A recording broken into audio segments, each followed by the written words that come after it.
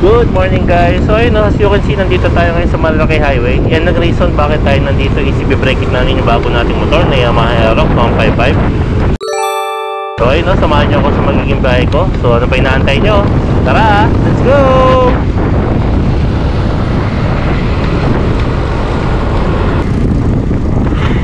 And ang reason din bakit tayo nagbe-break-in ngayon ay dahil magkakaroon tayo ng long ride sa katapusan. So pupunta tayo sa Luna Apayao, tapos side trip tayo ng Apari. And then mula dun sa Luna Apayao, alam ko meron din dun na kilometer 666. So yun talaga yung magiging target ko. So sana samahan nyo rin ako sa magiging biyahe ko dun. So ayun, dito tayo ngayon sa Big C.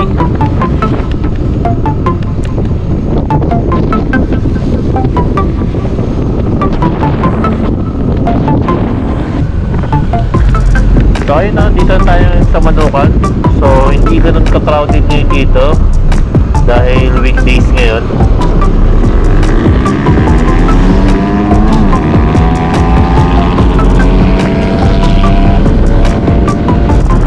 So ayun guys, nakalagpas na tayo ngayon sa Sampaloc. So dito tayo ngayon papunta sa may Regina Rica. Pero syempre hindi naman yan ang punta natin. Ang pinaka-target talaga natin ngayon is yung kainan malapit dun sa Jariel. So yun, doon tayo pupunta ngayon.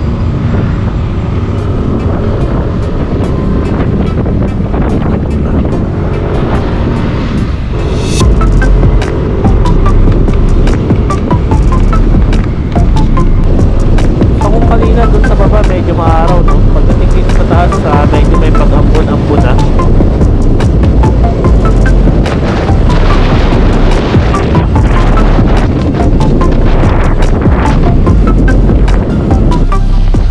Medyo lumalakas-lakas na yung patak ng ulan.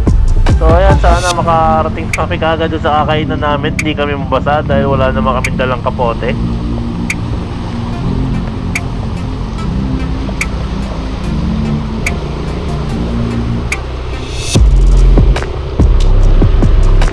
So ayan na, malapit na tayo sa Infanta Marker. Pag di kulang natin dito yan, Infanta Marker na yan. So ayan na.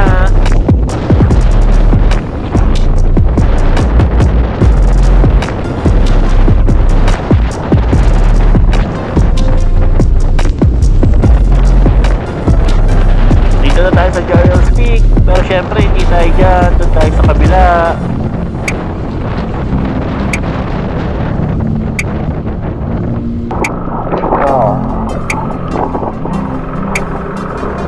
Dito tayo sa jam. So ayun, nandito na tayo ngayon sa Jams. So dito kami kumakain lagi ng masarap na batil patong sa Kalitsyon Kawali. So kung gusto nyo i-try, punta lang kayo dito. Akit lang kayo ng Jariel's. Halos katabi lang to ng Jariel. Ito lang yung Jariel sa kabila. Kung nakikita nyo.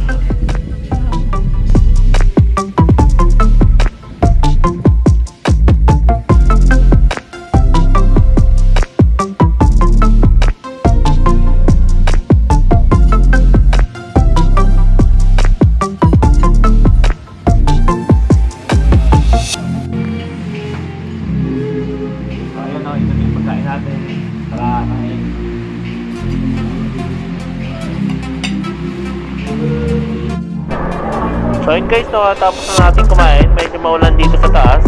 Pero syempre hindi pa tayo uwi. Side trip na tayo papunta ng Pinilla. Diyan na ang daan natin sa may Sampaloc.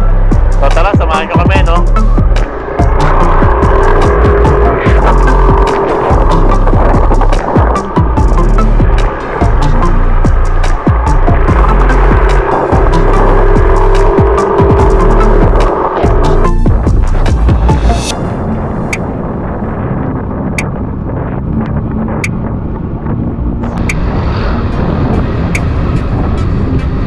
Dito tayo ngayon sa backdoor, magpunta ng Pinilla Windmill.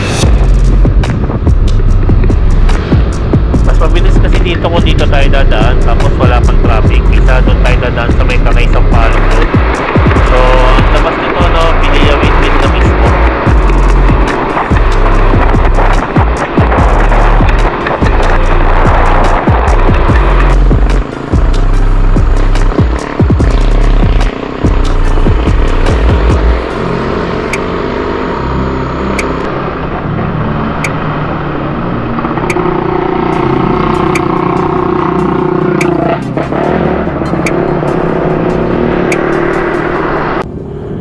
di ba? Nakakaloko yung panahon. Tingnan nyo, maaraw na yun dito. Samantalang kanina dun sa taas, ang ulan.